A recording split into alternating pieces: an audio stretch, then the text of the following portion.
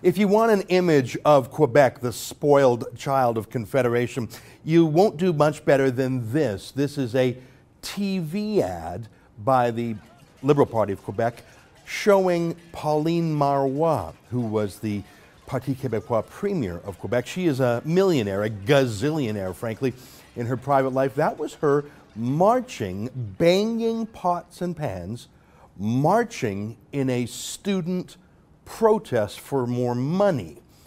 Now, she was the premier marching with the students.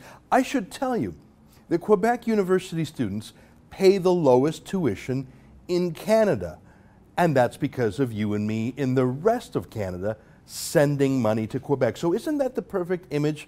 A millionaire premier marching with protesters, banging pots and pans, but in a very classy way, didn't she? Demanding more money from whom? Well, from the rest of Canada. Well, that protest culture that is from pots and pans to smashing windows raised its ugly head again last week. Students at UQAM, University of Quebec à Montréal, had, I'm not going to use the word riot, they had a gross garbage dump style sit-in blockading the doors to one of the university's pavilions. Here, check it out. Here's some videos taken by the protesters. This one shows garbage cans that they used to block entries and exit. Take a look at this. These are garbage cans blocking the escalators. These are students who were trying to shut down the school and ban their fellow students from attending class. Here's another one. They blocked the police from getting in. Police had to finally break their way in through a window to get the ragamuffins out of the school. Take a look at that.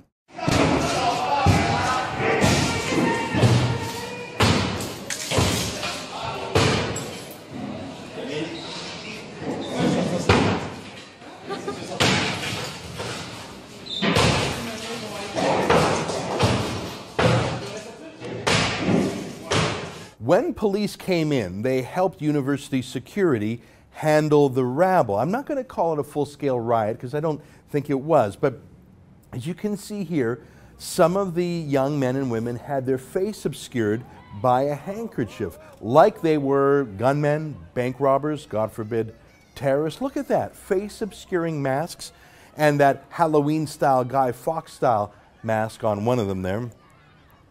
What's interesting to me here is that most of these protesters, like Pauline Marois herself, are rich, white, privileged, upper-class, liberal kids. You notice the cop here. Look at the policeman. The police are more racially and ethnically diverse than these lily-livered white protesters.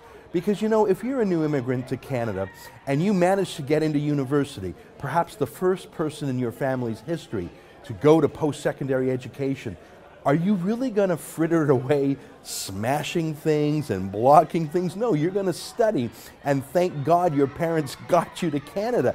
The people protesting in the main, at least by my observation, were rich white kids, and the cops were much more ethnically diverse. Isn't that telling, eh?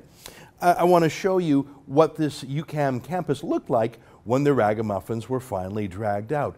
It looks like a city landfill, a garbage dump. Again, these are the proud images published in many cases by the protesters themselves. I don't know why they thought these images would be so compelling and appealing and get Quebecers on their side.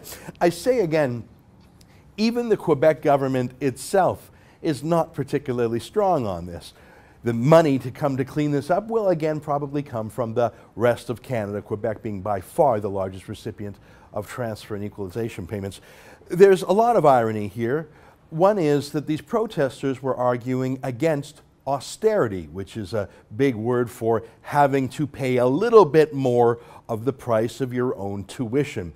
Of course, when you cause your university millions of dollars in damage, you don't actually have a strong foot to stand on when you're complaining about money and the lack of it for funding. If you cause $1 million damage to your school, how can you complain that tuition is too high when you caused it?